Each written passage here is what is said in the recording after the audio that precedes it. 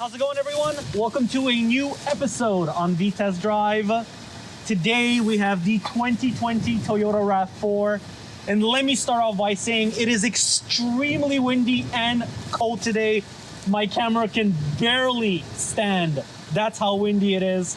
So I'm not gonna focus too much on the exterior review portion of this car. I'm gonna roll in more B-rolls for that because I am freezing. It is negative 18 degrees outside Celsius. It is really cold. But let's start off with today's car. It is, as I said, a 2020 RAV4. The RAV4 has been around since the 2000s in Canada. I mean, it is the #1 selling Toyota SUV in North America, and they've updated the look in 2019. This is the 2020 model. Not much to say, just look at it for yourself. I personally think Toyota did such a fantastic job with the styling of this vehicle inside and outside that you should be crazy not to consider this if you're in the market for a mid-range priced SUV.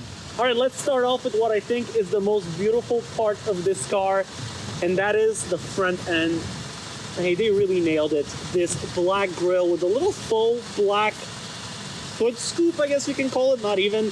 Regardless, it is really good looking. The Toyota emblem, once again, with the chrome and the black. I mean, this is one menacing and imposing looking front end. A little bit of an interesting design. They really followed along the lines of Lexus when it comes to the styling, but they really did a great job. Let's go around the back of the car because, as you notice, my camera is about to tip over. Very cold and windy. Let's go. And here it is, the back end. Incredible design once again. Again, a lot of cues are taken from the Lexus RX lineup. As you notice, these taillights that are sticking out a little bit. The sharp lines. Toyota's new design is so awesome. But really, the most interesting thing is the interior of this vehicle, and that is where we're gonna hop on in because there's a few things I want to talk about. Let's go. We are inside the 2020 RAV4. Heated steering wheel. Oh, yes.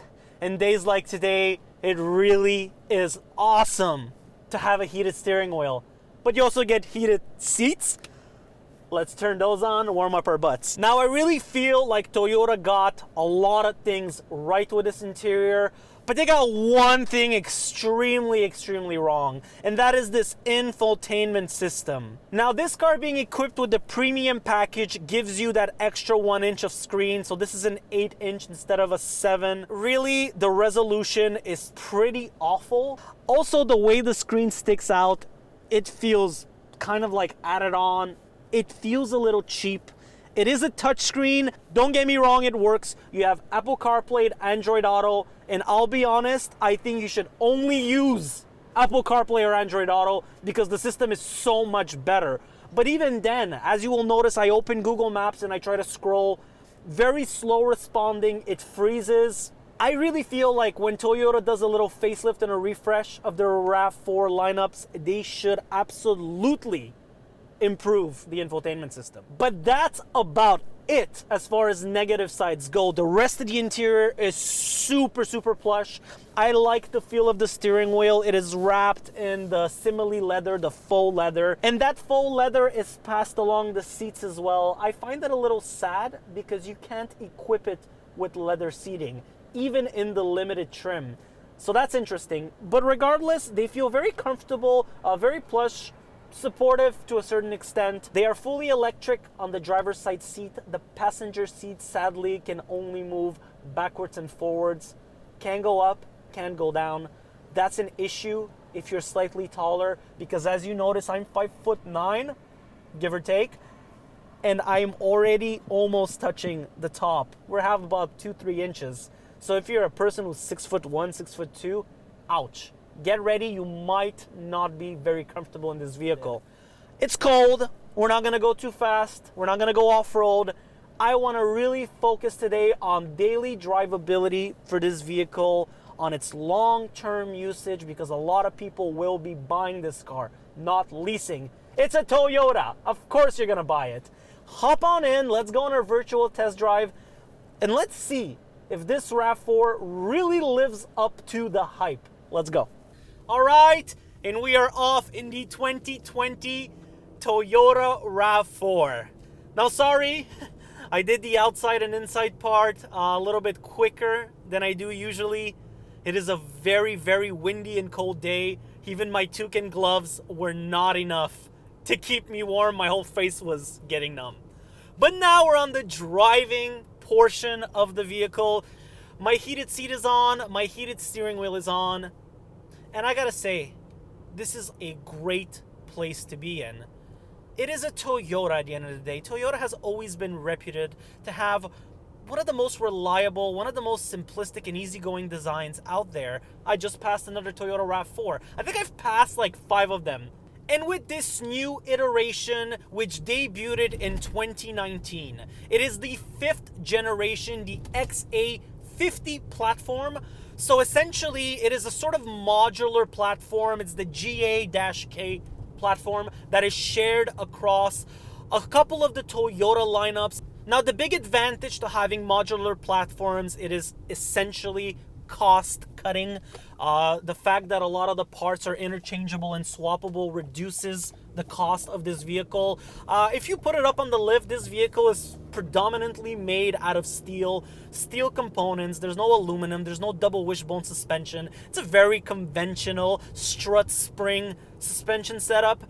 So this is the reason why this car is able to start off at $30,000 for the base price. So essentially there are 4 different trim levels. You have the LE, the XLE, which is this one. You have the Trail, which is one of my favorites, by the way. And you have the limited edition one. Now, for those of you that are in the market for a 2021 Toyota RAV4, you need to note that this review will 100% apply for you as well, because there hasn't been any changes between the 2020 and the 2021 lineup. So let's start right off. This is an inline 4-cylinder dual overhead cam engine. Typical Toyota engine. It is a 2.5 liter naturally aspirated, no turbocharges. The horsepower and torque figures are nothing mundane. We're talking about 203 horsepower at 6,600 RPM and 184 pound-feet, but at a very high 5,000 RPM. So this is the thing with this car is, for everyday driving, it is okay, but if you do need to overtake, the transmission does go down several gears. It revs up pretty high. A lot of noise, a lot of dramatic things happen, but the car doesn't quite move all that well. I'll give you an example. We have a straight light coming. Let's floor it and let's see how it is. Okay, 4,000. It's going. So you see now we're at 5,000 and it starts picking up. The car starts picking up. But the quicker you go, the more the car starts to like be unsure of what's going on. You get sport mode, you get eco mode, you get snow mode. Snow mode is interesting. A little thing is on and off doesn't mean the car performs better in snow. It's just that when you turn snow mode off, you get to drift a little more. So that's fun. No snow today, we can't try that. But you do get mud and sand, and you get rock and dirt. So this could be a very capable off-roader as well. But the best thing about this car is the fact that it is equipped with a lot of security features on all trim levels from the factory. And just to name them, it does have the Toyota Safety Sense 2.0. It's equipped on most Toyotas nowadays, especially the Camry and all that. You get lane tracking assist, so the car keeps you in your lane. First time I get to try this, very interesting system. It intervenes quite a bit. You can turn it on and off, but it is really useful. As well as auto high beams, that's a really cool and neat feature to have. Radar guided cruise control from the factory. And of course, the pre-collision sense with pedestrian detection. That's coming more and more standard in many cars nowadays. Now, hearing the specs of the engine, you must feel like it must have pretty decent fuel economy. And it does. It's not so bad given the size of this vehicle. We're looking at 9.2 liters in the city, 7.1 on the highway for a combined total of 8.2, which is pretty good. My Audi A4 averages that as well, but it is not a full-size SUV like this is. And really, if you can get over the fact that it is a loud, clunky, noisy, underperforming, jerky shifting engine, if you can get past all that, This is a phenomenal vehicle. Extremely spacious. In the back, you can fit a lot of things. Now, this vehicle was passed me by my good friend DJ Nightmare. His car has been featured on the channel last year. He traded in his Toyota Scion TC for this one. Big step up, I'm gonna say. And yes, he hauls, once again, a lot of his DJ equipment, gears, road cases, and in this car, you don't even need to put the seats down. Everything fits so perfectly. It is very, very spacious. It feels a little bit less spacious than the Tiguan. I feel like that had a little bit more functionality and cargo space, but this is still significantly good. And that's about it. I don't see what other things I can add, but at that price point, if you don't overly equip it, it feels like a bargain, especially with the way this interior is put in.